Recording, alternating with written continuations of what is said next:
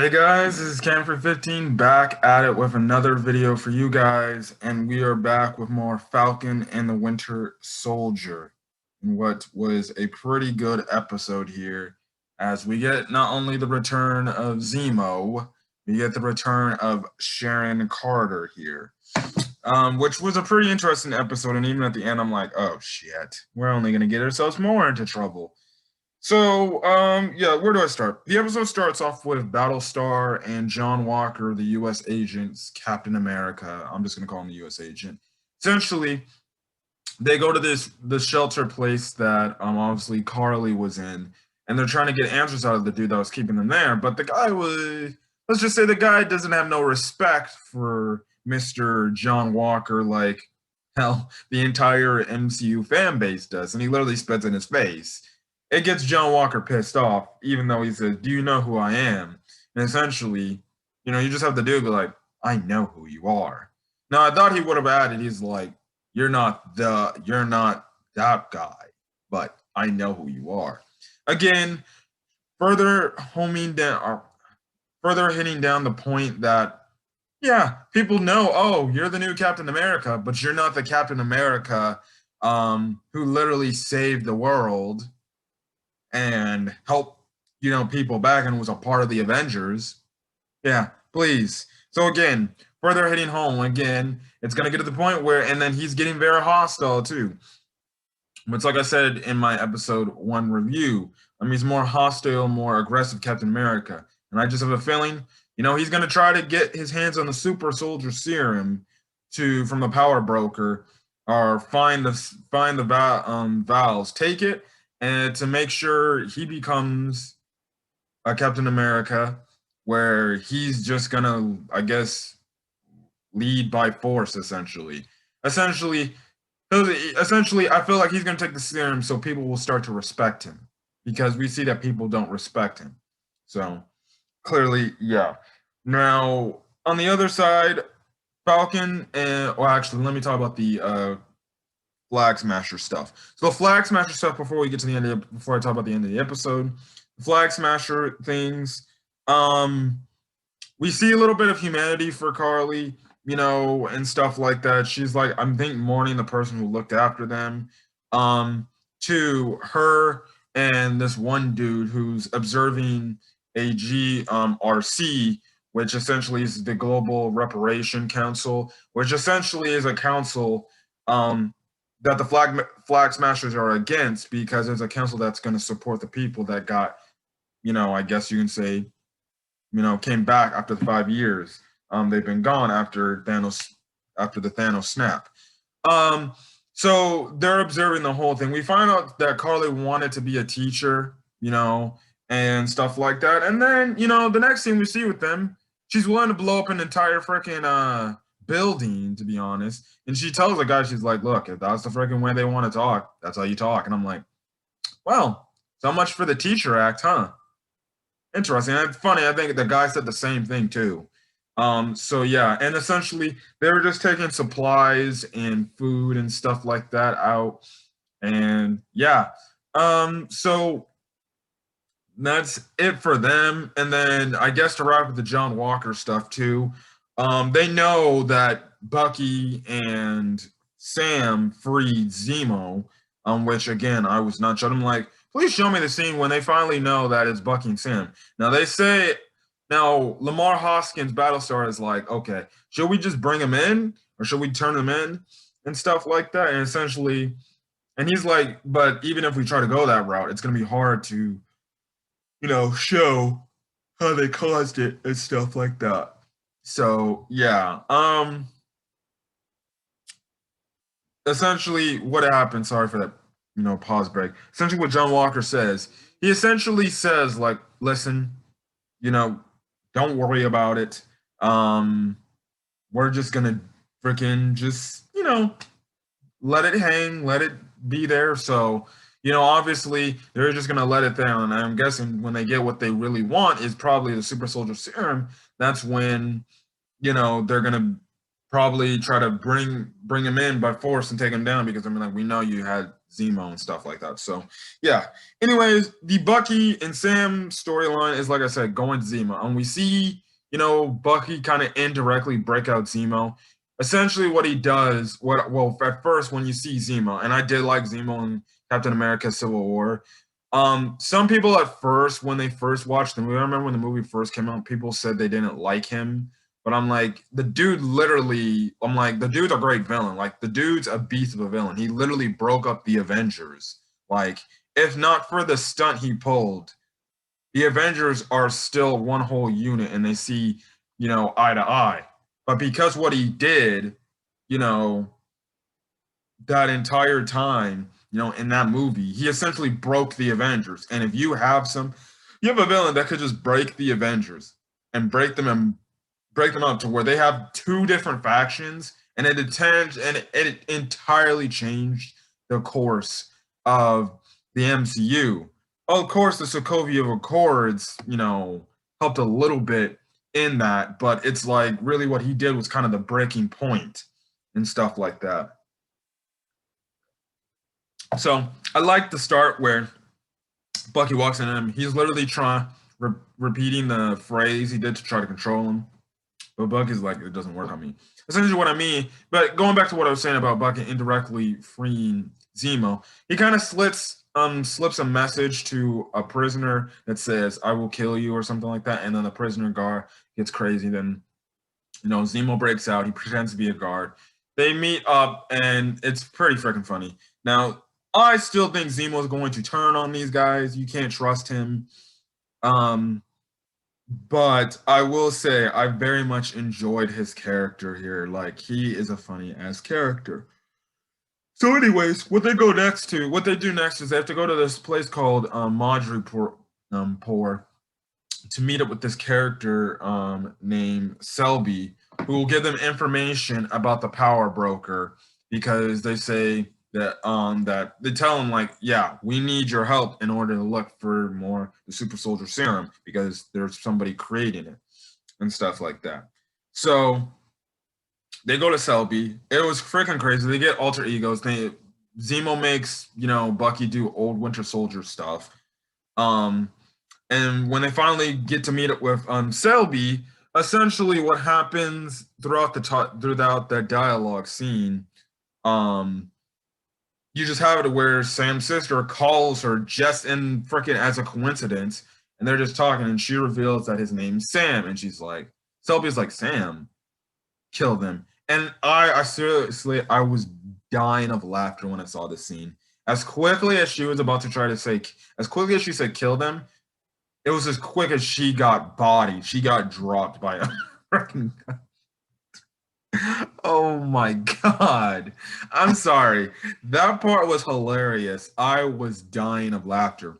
But anyways, after they're trying to run away because now they got bounty on their head for what happened, we actually see the return of Sharon Carter here and stuff like that. And we find out that Sharon Carter is essentially an enemy of the state, which essentially means she cannot even step inside the United States borders. If she does that, she's going to be arrested on the spot because of what she pulled back in Captain America Civil War by not only getting Falcon's tech or his wings, but as well as stealing the shield so Cap and Falcon and Bucky could go escape and be on the run. And essentially she's been, I guess you can say on the DL for like all those years. Now, she doesn't specify if she was dusted or she was a casualty of the snap. We don't know if she was. It sounds like she was there. It sounds like she's been there the entire 5 years. She's just been on the run from the U.S. government and kind of been doing undercover stuff. And we see that. And she even talks about the struggle, the fact that, essentially the others kind of left her, I guess, to fend for herself in her way. And she says, like, I haven't spoken to my family at all, nothing.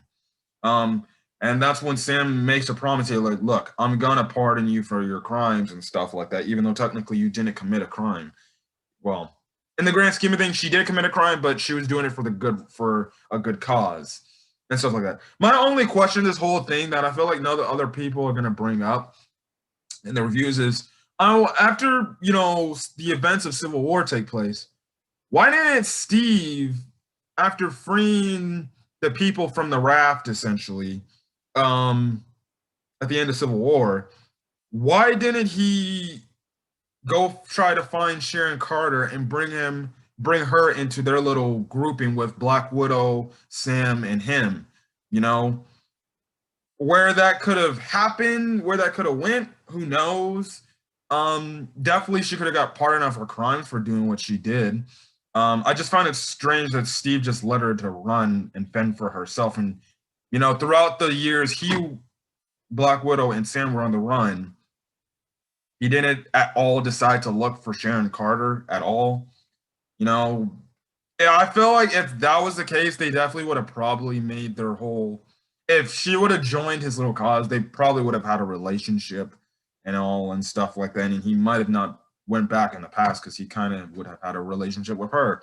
But I think at the same time, it's kind of still weird because we know that he went back in time, and essentially now he's kind of like essentially her grandfather now because Peggy Carter's her grandmother, and it's like, so that means Steve kissed his granddaughter if we're thinking about the grand scheme of things. And it's like, what? They also don't bring up the fact of what happened to Steve either. She just makes a mention about the new Captain America. So I wonder if Falcon and Bucky are going to tell her about Steve and what he really looks like. Again, I highly doubt Chris Evans will make a cameo in this show to present himself in front of, obviously Sharon, but and heck, maybe the introduction of Sam's Captain America. Again, I find that highly unlikely that's going to happen. It would be cool if it did happen, but I highly find it unlikely because I think for the time being, Chris Evans doesn't want to really do much with the MCU. But again, he's like, I feel like he'd be open to coming back, but I feel like they want to move away from obviously the previous main head Avengers, which are Iron Man and Captain America, and focus on the other guys and stuff like that. So yeah, but when I thought about it, I'm like, shit, he's her granddaughter. That's his granddaughter now. Yeah, that kiss back in Civil War definitely aged poorly. So yeah, listen, at the time, it looked like they were going to set up a relationship between the two, and then it's like, I guess you just conclude on that and you just make him go back and pass. And it's like, shit, he's now the freaking he's the grandfather to her, and he kissed her. Good God. Don't you love that incest? No, I don't. Anyways, they go to a place where the person who's making the super soldier serum, and essentially, we find out here that, oh, guess what? He did the super soldier serum. One, there's more he didn't make any more vials. Carly took the last 20 vials of the super soldier serum, which means there's only a few of those serums left. And again, like I said, John Walker's probably going to find them and maybe take him to make him be, in his eyes, Captain America.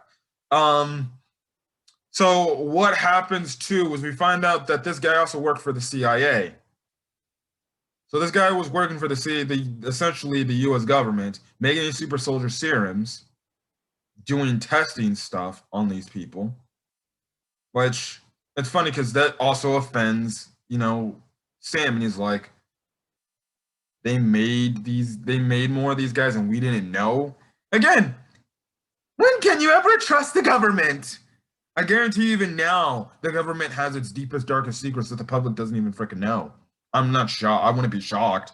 But again, it's like I tell you people, if you're checking out my videos, do not trust the government. The government does not look out for you, even though in all the freaking,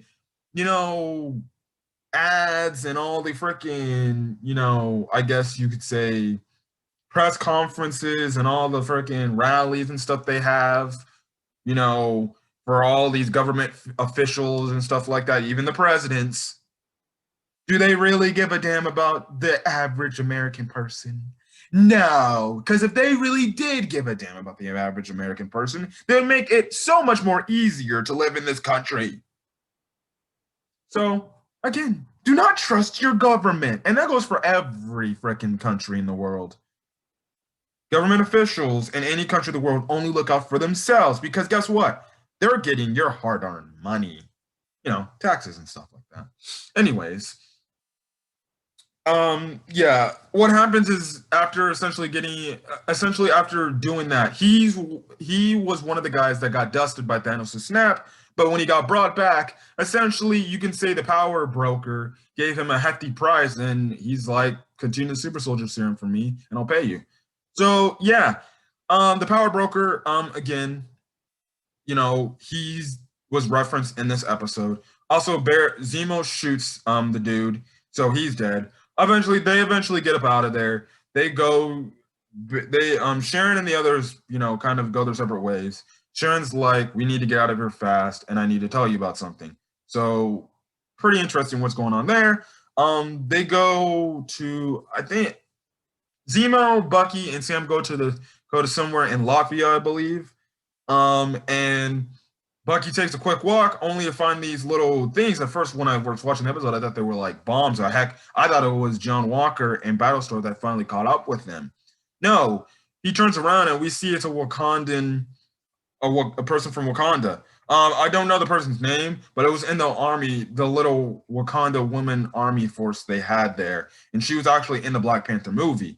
So she's essentially says, I'm here looking for Zemo. And it's like, uh-oh, how is this going to go now? Because it's like shit. It's like the same.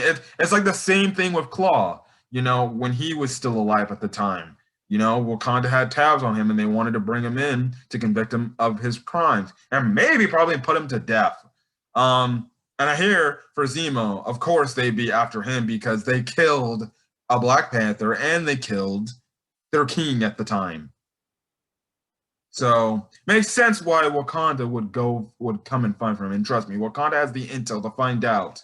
They have the technology and the intel to find out when these big guys that affect something to them get out. You saw the same thing with Claw. It's obviously the same thing here with Zemo. So where this is going to be going, maybe Bucky's like, listen, we'll give him up to you guys after we're done. We need this to help us look for the super soldier serum, but I feel like she won't have any of it. She's like, no, we want him now. Because we've done that with Claw, where we had him in our grasp, and then we lost him. And again, like I said, I feel like Zemo's going to turn on them and get away. And then that's when you have Wakanda pissed at them and be like, well, great. We had him, and all you just had to do was turn him over. So, yeah. But good episode. Definitely can't wait for next week. And yeah. So if you guys like the video, leave a like. Put in the comment section your thoughts on this episode of Falcon and the Winter Soldier, as well as hit that subscribe button to get more MCU content. So until then, guys, I'll catch you guys in the next video. Hopefully you guys are staying safe out there. Until then, guys, I'll see you guys later. Peace.